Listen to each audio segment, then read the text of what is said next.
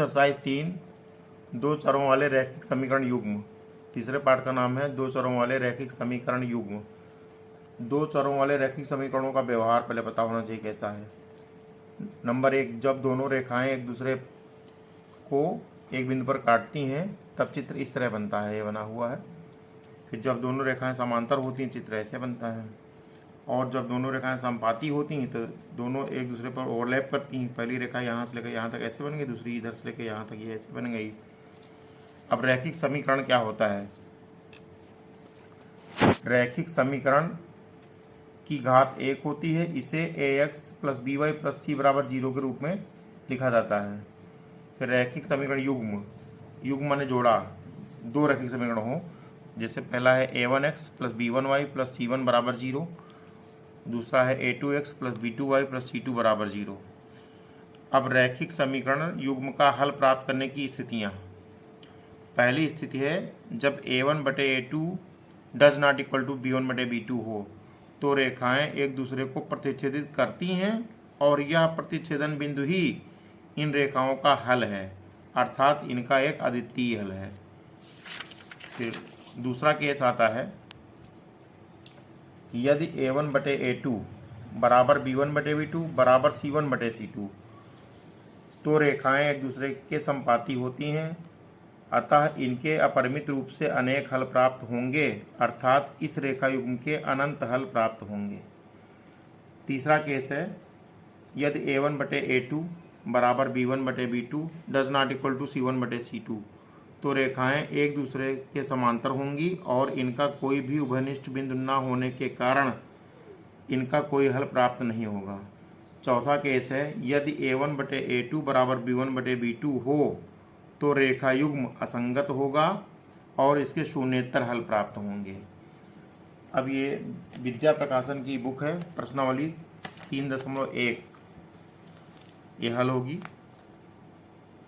लिखा है, पहला क्वेश्चन है बहुविकल्पी प्रश्न में, रैखिक समीकरण का व्यवहार लिखा रैखिक समीकरण का व्यापक रूप निम्न में से है। रैखिक समीकरण का व्यापक रूप होता है ax plus B Y plus C बराबर 0।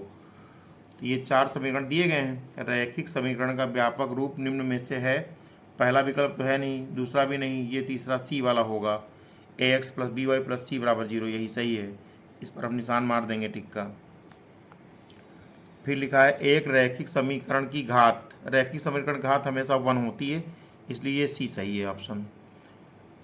दो अंकों वाली संख्या के लिए सूत्र लिखें। यदि इकाई का अंक x तथा दहाई का अंक y है, दहाई का अंक y है तो 10y हो जाएगा, इकाई का अंक x है 10y प्लस x हो जाएगा।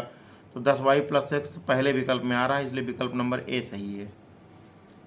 फिर चौथा क्वेश्चन है निम्नलिखित समीकरणों में कौन सा रैखिक समीकरण है? रैखिक समीकरण का मतलब एक घात वाला होना चाहिए, तो इसको आपस में गुणा करेंगे 2 घात बन जाएंगी, और यहाँ पर लघुत्तम लेंगे तब ये भी 2 घात बन जाएगी। ये 3 घात वाला दिख रहा है, सिर्फ अकेला यही बचा जिसमें एक ही घात है, तो विकल्प बी रैखिक समीकरण है, ये ठीक हो गया। फिर क्वेश्चन नंबर 5, युग्म समीकरण a1x प्लस b1y बराबर c1 और a2x प्लस b2y बराबर c2 के अनंत हल होंगे। अनंत हल होने का प्रतिबंध, ये अनंत हल होने का प्रतिबंध यहाँ लिखाया गया है a1 बटे a2 बराबर b1 बटे b2 बराबर c1 बटे c2, ये डी नंबर विकल्प सही है। अनंत हल होने का विकल्प ये डी नंबर सही है। फिर छठा नंबर है निकाय a1x plus b1y plus c1 बराबर 0 और a2x plus b2y plus c2 बराबर 0 का अद्वितीय हल होगा। अद्वितीय हल का ये प्रतिबंध यहाँ पे है, पहला वाला ये लिखा अद्वितीय हल होने प्रतिबंध a1 बटे a2 बराबर b1 बटे b2। यहाँ लिखा है अद्वितीय हल होगा जब a1 बटे a2 does not equal to b1 बटे b2 हो। तो does not equal to b1 बटे b2 कहाँ है? a1 बटे a2 does not equal to b1 बटे b2, ये लिखा छठा नंबर ना, छठे में विकल्प नंबर बी सही है। अद्वितीय हल होने का प्रतिबंध a1 बटे a2 does not equal to b1 बटे b2, यही विकल्प सही है।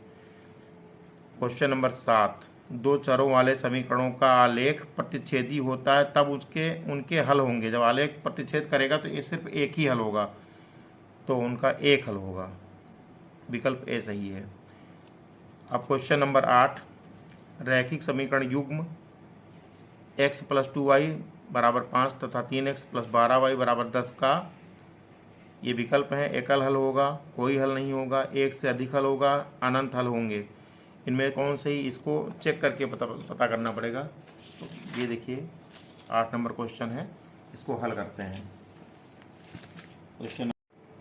क्वेश्चन नंबर 8, रैखिक समीकरण युग्म x प्लस 2y बराबर 5 तथा 3x प्लस 12y बराबर 10 का हल होगा। तो हल हम करेंगे, यहाँ पर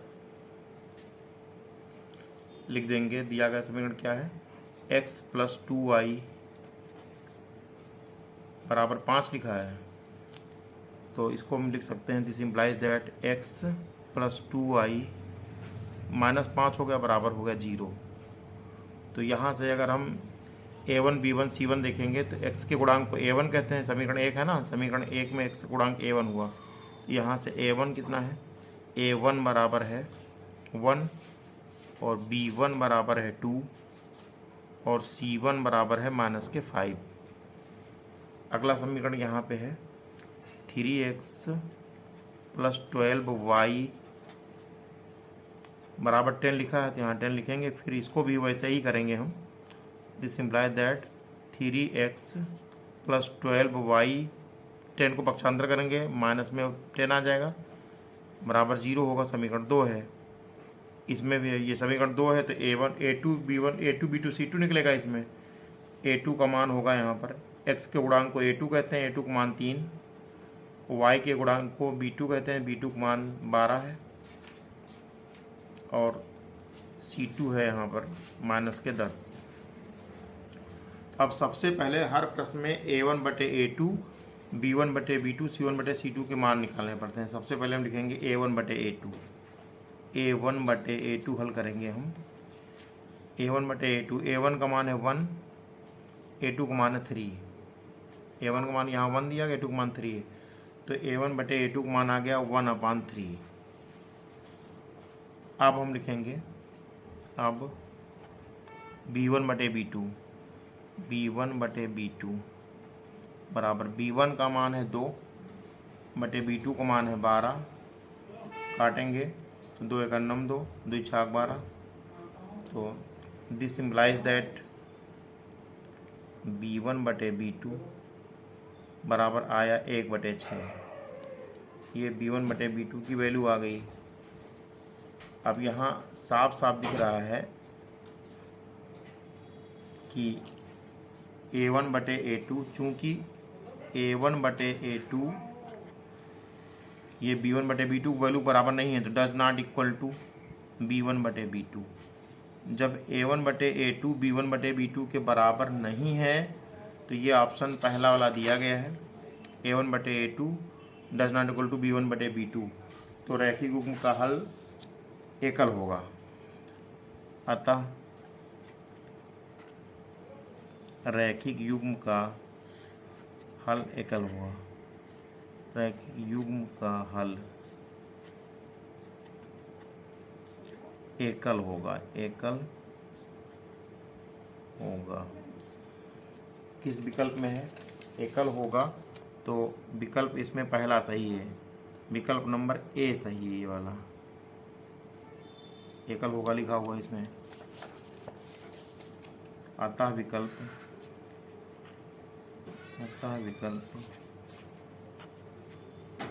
ए सही है, यही आंसर हो गया। क्वेश्चन नंबर 9, समीकरण x प्लस वाई बराबर 9 के कितने हल होंगे। अकेला समीकरण दिया गया, अक्षर 2 हैं, तो हल तो अनंत होंगे इसके, तो विकल्प डी सही है, अनंत हल होंगे इसके। क्वेश्चन नंबर 10, समीकरण युग्म kx माइनस वाई बराबर 2 तथा 6x माइनस 2y बराबर 3 के अद्वितीय हल होंगे यदि अद्वितीय हल होने का प्रतिबंध होता है a1 बटे a2 does not equal to b1 बटे b2। तो यहाँ पहले निकालेंगे मान, हम हल करेंगे। हल में पहले लिखा है kx माइनस वाई बराबर 2 लिखा, इसको -2 करके बराबर 0 लिख सकते हैं। इधर समीकरण 1 हो गया, समीकरण 1 है तो a1 b1 c1 निकलेगा, तो a1 बराबर कितना है k, और B1 बराबर आया -k1 और C1 बराबर है -2। इसी प्रकार अगला समीकरण है 6x -2y बराबर, यहाँ 3 लिखा, पक्षांतर करेंगे तो -3 इधर हो जाएगा, बराबर 0 होगा। समीकरण 2 है। समीकरण 2 में A2 B2 C2 निकलेगा। तो A2 का मान यहाँ x के गुणांक को A2 कहेंगे 6, y के गुणांक को B2 कहेंगे, B2 का मान है -2 और C2 है -3। ये आ गए। तो अब हम सबसे पहले यहाँ लिखा अद्वितीय हल है, दिया गया है, तो अब लिखेंगे अद्वितीय हल होने का प्रतिबंध। अद्वितीय हल होने का प्रतिबंध, होने का प्रतिबंध। अद्वितीय हल होने का प्रतिबंध होता है A1/A2 does not equal to B1/B2। ये सूत्र होता है। तो A1 का मान यहाँ पर k है, ये A1 बराबर k लिखा, तो यहाँ k लिखेंगे, बटे A2 का मान यहाँ 6 है, बटे 6 लिखेंगे, डज नॉट इक्वल टू लगाएंगे। B1 का मान -1 है, बटे B2 का मान -2 है, लिख देंगे यहाँ पर। तो ये यहाँ से ये माइनस माइनस आपस में कट जाएंगे, तो आ गया k/6 does not equal to 1/2। अब हम इसको त्रिया गुणा कर लेंगे, तो ये k does not equal to 1/2 है, गुणे ये वाला 6 गुणे में चला जाएगा यहाँ, तो ये 2 × 2 हुआ, 2 × 6 हुआ। तो क्या आ गया, k does not equal to 1 × 3, 1 × 3 आया, तो k does not equal to आया 3 × 3। तो ये आंसर आया k does not equal to 3 × 3। ये किस विकल्प में, वो विकल्प देखना होगा। ये बुक है यहाँ पर, बुक में question number 10 k does not equal to 3, विकल्प नंबर बी सही है। तो लिखेंगे अतः विकल्प बी सही है, अतः विकल्प बी सही है।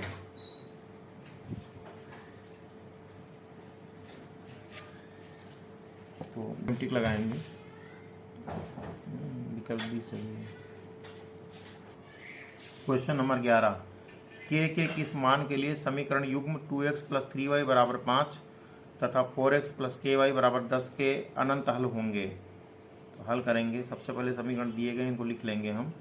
पहला समीकरण है 2x + 3y बराबर 5 लिखा, पक्षांतर करके लिखेंगे, -5 बराबर यहाँ 0 हो गया। समीकरण नंबर 1 है। समीकरण 1 है तो हमको A1 B1 C1 मिलेगा यहाँ से। A1 बराबर x के गुणांक को A1 कहते हैं, A1 है 2, y के गुणांक को B1 कहते हैं, B1 है 3 तथा C1 है -5। अब समीकरण 2 दिया गया है यहाँ पे, 4x + ky -10 बराबर 0 हुआ। ये समीकरण 2 है। समीकरण 2 से हमको A2 B2 C2 मिलेंगे। x के गुणांक को A2 कहेंगे, A2 का मान 4 है, y के गुणांक को B2 कहेंगे, B2 का मान है k तथा C2 का मान है -10। अब यहाँ प्रतिबंध दिया गया अनंत हल है, तो अनंत हल होने का प्रतिबंध होता है अनंत हल होने का प्रतिबंध। अनंत हल होने का प्रतिबंध होता है A1/A2 बराबर B1/B2 बराबर C1/C2। यही होता है, ये यहाँ पे लिखवाया गया है। ये अनंत हल होने का प्रतिबंध यहाँ लिखा हुआ है, अनंत हल होंगे। तो A1 का मान है यहाँ पर 2, तो लिखेंगे 2/A2, A2 का मान है 4 बराबर, ये A1/A2 का मान हम यहाँ निकाल ले रहे हैं, कितना आया, काटा यहाँ तो ये हो गया 1/2, 1/2। तो दिस इम्प्लाइज दैट A1/A2 का मान आया 1/2। ये A1/A2 का मान 1/2 आया, बॉक्स में कर लिया मैंने। अब हम B1/B2 निकालेंगे। तो B1/B2, B1/B2, B1 का मान यहाँ पर है 3, B2 का मान है K, तो 3/K हो गया। तो ये B1/B2 का मान इतना आ गया। अब चूंकि अनंत हल हैं, प्रतिबंध यहाँ दिया गया है कि A1/A2 बराबर B1/B2, चूंकि लिखेंगे चूंकि अनंत हल होने के लिए A1/A2 बराबर B1/B2। तो A1 का मान यहाँ पर साफ साफ लिखा हुआ है कि A1/A2 मान 1/2 आया, यहाँ लिख देंगे 1/2 बराबर B1/B2 3/K आया। अब हम त्रिया गुणा कर देंगे, K एकन्नम K हुआ, K एकन्नम K बराबर आया 3 दूनी 6, K बराबर 6 आया। तो K बराबर 6 इसमें देखते हैं किस विकल्प में है। क्वेश्चन नंबर 11 में K बराबर 6 के विकल्प नंबर C में दिया गया है K बराबर 6। तो लिखेंगे अतः विकल्प C सही है, अतः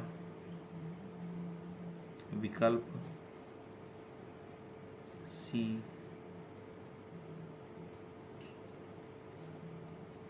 सही है। यही आंसर हो गया। क्वेश्चन नंबर 12, क्वेश्चन नंबर 12 में K के किस मान के लिए समीकरण युग्म x + 2y - 3 बराबर 0 तथा 5x + ky + 7 बराबर 0 का कोई हल नहीं है। तो हल करेंगे हम, लिखेंगे पहले जो समीकरण दिया है इनको लिख लेंगे हम। क्या लिखा है? पहला लिखा है x + 2y - 3 बराबर 0, समीकरण 1 हो गया। समीकरण 1 से A1 B1 C1 मिलेगा। तो A1 बराबर होगा, यहाँ पर x गुणा को कहते हैं, यहाँ 1 है तो A1 बराबर 1, B1 बराबर आ गया 2, C1 बराबर हो गया ये -3।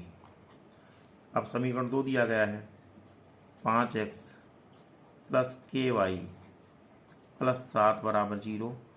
तो यहाँ से A2, समीकरण 2 है, समीकरण 2 से A2 आया 5 और B2 आया K,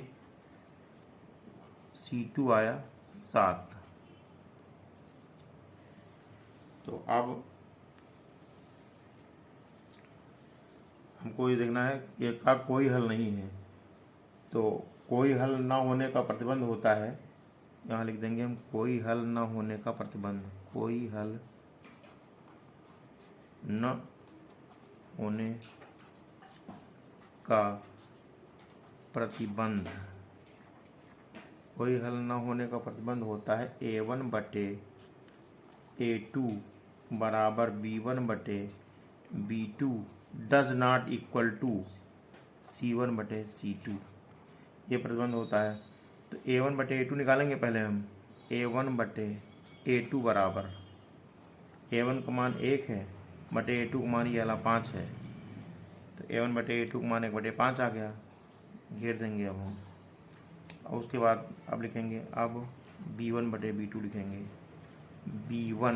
B1 का मान 2 है, B1/B2, B1 का मान 2 है और B2 का मान K है, 2/K आ गया B1/B2। अब यहीं से मान निकालेंगे। तो लिखेंगे चूंकि कोई हल न होने पर, यहाँ लिखा हुआ चूंकि कोई हल न होने का प्रतिबंध A1/A2 बराबर B1/B2 लिखा है, इतना केवल ले लेंगे हम यहाँ। तो A1 का मान 1/5 है बराबर B1 का मान 2, B1/B2 का मान 2/K है। यहाँ से फिर हम तिर्या गुणा करेंगे तो K एकन्नम K हुआ, K एकन्नम K बराबर 2 पंची 10, तो K बराबर 10 आ गया। तो अब हम देखेंगे किस विकल्प में है। क्वेश्चन नंबर 12, K बराबर 10 पहले विकल्प में आ रहा A में, अतः विकल्प A सही है। तो लिखेंगे अतः विकल्प A सही है, अतः विकल्प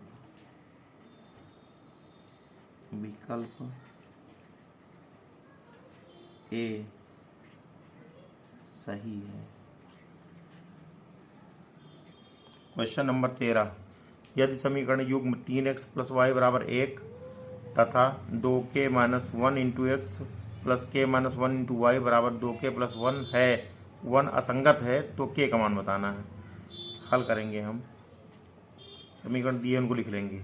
3x प्लस वाई बराबर 1, तो इसको पक्षांतर कर लेंगे 1 को, तो आ जाएगा this implies that 3x plus Y और माइनस 1 बराबर 0 हुआ, समीकरण 1 हुआ। इससे हमको A1 B1 C1 मिलेगा।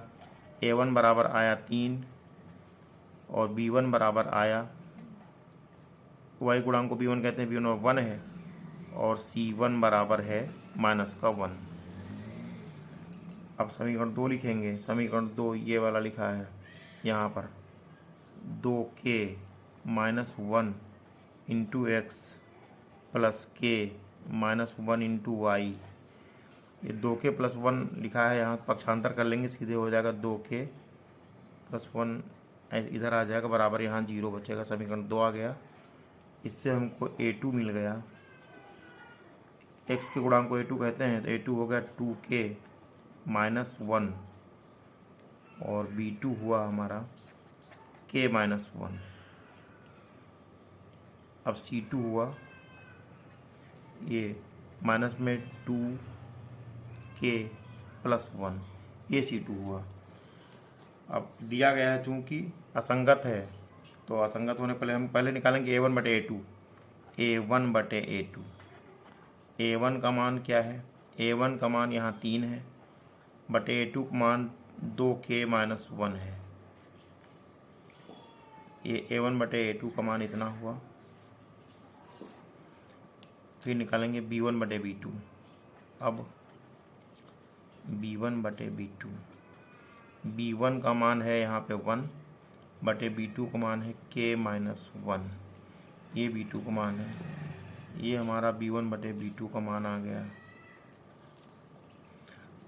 अब लिखा हुआ है असंगत हल है, लिखा असंगत है ना, तो असंगत होने का प्रतिबंध, असंगत होने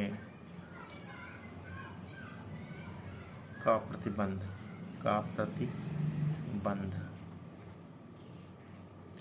असंगत होने का प्रतिबंध होता है A1 बटे A2 बराबर B1 बटे B2। तो यहाँ से A1 बटे A2 का मान है 3 बटा 2k माइनस 1 बराबर B1 बटे B2। B1 का मान है 1 और B2 का मान है k माइनस 1। यहाँ अब हम तिर्यक गुणा कर देंगे, इससे गुणा करेंगे तो हो जाएगा 3k का नम 3k माइनस 3 का नम 3 बराबर 1 दूना 2k माइनस 1 का नम 1 हो गया। यहाँ पक्षांतर कर लेंगे, 3k माइनस 2k आया है बराबर माइनस 1 है, माइनस 3 उधर गया, प्लस में 3 हो गया। तो यहाँ से ये बन जाएगा 3k से 2k जाएगा, 1k बचा, बराबर 3 से 1 चला जाएगा, 2 बचा, k बराबर 2 आ गया। अब हम ये चेक करेंगे k बराबर 2 किस विकल्प में आ रहा है। तो क्वेश्चन नंबर 13, k बराबर 2 किस विकल्प में आ रहा है? k बराबर 2 डी में आ रहा है, इसलिए विकल्प डी सही है। लिखेंगे अतः विकल्प डी सही है, यही हमारा आंसर हो गया। क्वेश्चन नंबर 14, k के किस मान के लिए समीकरण युग्म 3x प्लस 5y बराबर 0? हल लिखा हुआ लिख देंगे। समीकरण लिखा है 3x प्लस 5y बराबर 0 लिखा है, समीकरण 1 है, तथा kx प्लस 10y बराबर 0। तो इससे हमको A1 मिलेगा 3, B1 मिलेगा 5, C1 मिलेगा 0। समीकरण 2 क्या लिखा है? kx प्लस 10y बराबर 0, तो इससे हमको A2 मिलेगा K B2 मिलेगा 10। तो यहाँ C1 तो 0 है ही पहले से, एक मिनट, इसमें यहाँ लिखेंगे C2 बराबर भी 0 यहाँ पर है। तो लिखा हुआ है कि निकाय के शून्येतर हल हैं। तो शून्येतर हल होने का प्रतिबंध, सबसे पहले A1/A2 निकालने हैं हम। A1/A2, A1 का मान कितना है? A1 का मान 3 है, बटे A2 का मान K है। तो A1/A2 का मान हो गया 3/K, ये पहला हो गया। तथा अब निकालेंगे B1/B2, B1/B2, B1 का मान है 5 बटे B2 का मान है 10। तो काटेंगे, 5 एकन्नम 5, 5 दूनी 10। दिस इम्प्लाइज दैट B1/B2 बराबर हो गया 1/2। तो ये B1/B2 का मान आ गया। अब दिया गया है, चूंकि शून्येतर हल है, तो लिखेंगे शून्येतर हल होने का प्रतिबंध। शून्येतर हल होने का प्रतिबंध, शून्येतर हल होने का प्रतिबंध होता है A1/A2 बराबर B1/B2। तो A1 का मान यहाँ पर है, A1/A2 का मान है 3/K बराबर B1/B2 का मान 1/2 है। अब तिर्यक गुणा करेंगे तो K एकन्नम K बराबर 3 दूनी 6, K बराबर 6 आया। अब हम विकल्प चेक करेंगे बुक में, K बराबर 6 किस विकल्प में है? क्वेश्चन नंबर 14 है, तो K बराबर 6 विकल्प नंबर C में है, तो विकल्प C सही है।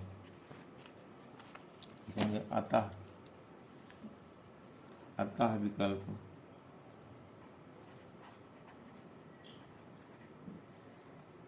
C सही है, यही हमारा आंसर हो गया। क्वेश्चन नंबर 15, यदि समीकरण युग्म 2x + 3y बराबर 7, लिख देंगे हल। लिखा 2x + 3y बराबर 7 लिखा, समीकरण 1 है। पक्षांतर करना चाहें तो कर सकते, ना चाहें ऐसे ही हो जाएगा।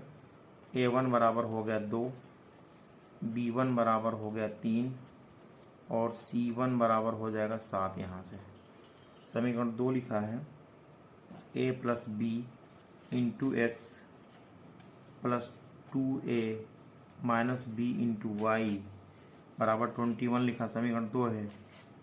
इससे A2 का मान आया यहाँ पर A + B,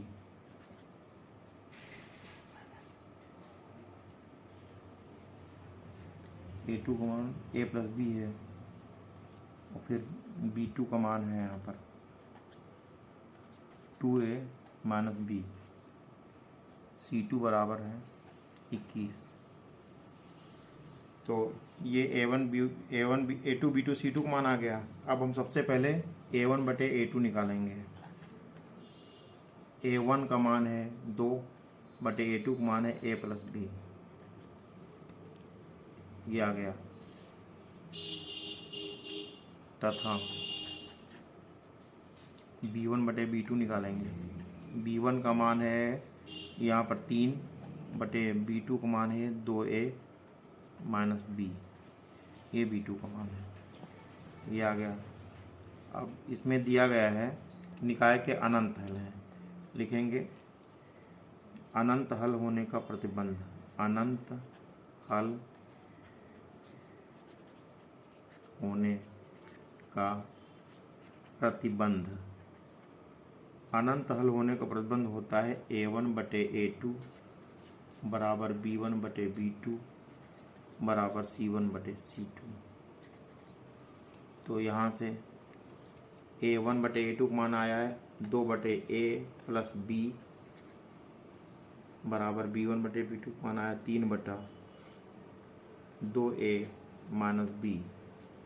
इनको हम हल करेंगे, गुणा करेंगे इधर पहले, तो पीछा गुणा करेंगे, 3 × 2 दूनी 4 ए आया, माइनस 2 एकन्नम 2b आ गया, बराबर 3 एकन्नम 3a आया, प्लस 3 एकन्नम 3b आ गया। तो अब हम पक्षांतर करेंगे, 4a लिखा है, माइनस 3a इधर आ जाएगा, बराबर उधर लिखा 3b, माइनस 2b उधर जाएगा, प्लस में 2b हो जाएगा। तो ये आ गया 4a से 3a चला गया तो बच्चा 1a, 4a से 3a जाएगा तो 1a बचेगा, 3 2 5, 3b प्लस 2b मिला 5b हो गया, a बराबर आ गया 5b। ये समीकरण नंबर 1 हो गया। अब ये वाला विकल्प भी लेंगे, अब ये वाला ऑप्शन भी लेंगे हम। हाँ, चूँकि b1/b2 बराबर लेंगे अब हम c1/c2 लेने पर। तो b1/b2 का मान आया है यहाँ पर 3/2a minus b, 3/2a minus b आया, ये लिखा 3/2a माइनस b। और c1/c2 यहाँ से अगर निकालेंगे तो c1 का मान 7 है, c2 का मान 21, 7/21 आ जाएगा, c1/c2 हो जाएगा 7/21। अब यहाँ से हम 13 गुणा करेंगे तो हो जाएगा 7 दूनी 14, 14a माइनस 7b बराबर 21 3 63। तो अब यहाँ से हम 7 कॉमन ले लेंगे तो बचेगा 7 दूनी 14, 2a आया माइनस b आया बराबर 63 है। यहाँ से हम काटेंगे तो हो जाएगा 7 एकन्नम 7, 7 9 63 करके यहाँ से तो हो गया 2a माइनस b बराबर 9 हो गया, समीकरण नंबर 2 आ गया।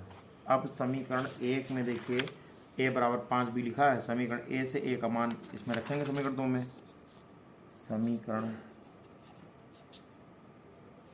1 से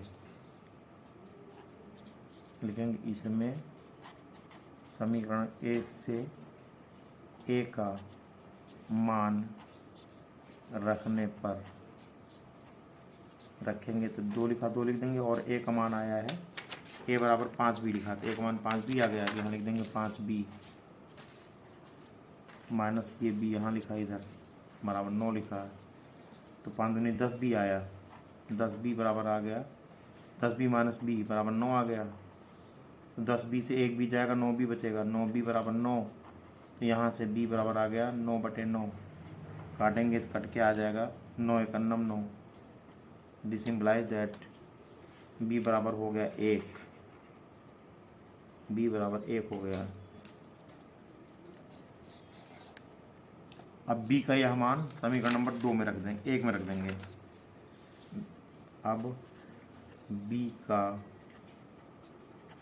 यह मान समीकरण 1 में रखने पर, समीकरण 1 दिया गया है कि a बराबर 5b लिखा है, 5 गुणे b का मान आ गया 1, तो a बराबर हो गया 5 एकन्नम 5, a का मान 5 आ गया और b का मान 1 आ गया, तो उत्तर क्या है इस पर आया, अतः a बराबर 5 आया, b बराबर 1 है। तो हम बुक में चेक करेंगे किस विकल्प में है, a बराबर 5 b बराबर 1 विकल्प नंबर b में है, a बराबर 5 b बराबर 1, ये देखिए a बराबर 5 b बराबर 1 विकल्प नंबर b में है, अतः विकल्प नंबर b सही है, नहीं सही है, अतः विकल्प b सही है, सही है, यही आंसर हो गया।